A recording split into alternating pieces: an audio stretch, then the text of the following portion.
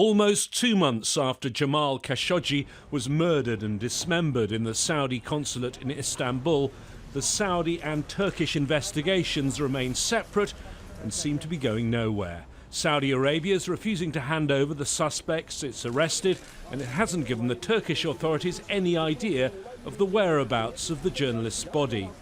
Now, in an interview for Talk to Al Jazeera, the new High Commissioner for Human Rights, Michelle Bachelet, says the time has come for an international investigation.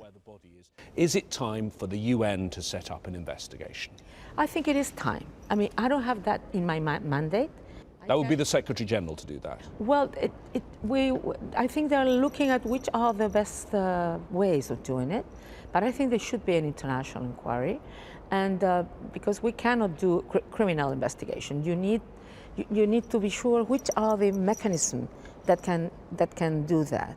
I have asked the UN and Secretary-General to look for which are the best mechanisms to go into it. But the UN Secretary-General Antonio Guterres, currently at the G20 summit, is sticking to his position that he won't act until he gets a referral from one of the UN's major bodies, the Security Council, General Assembly or Human Rights Council, and from one of the countries of the UN. We do need a legal a mandate from a legislative body, and of course also a request, or at least a request from a member state that has not come. And just to be clear, those conditions and requirements you've made, those two requirements, those are legal conditions, or are they just things that the Secretary-General thinks he needs as political cover in case the Saudis object?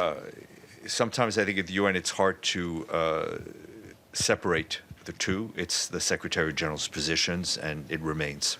It's worth recalling in 2016, the previous Secretary-General put Saudi Arabia on a blacklist of countries that target children in conflict zones.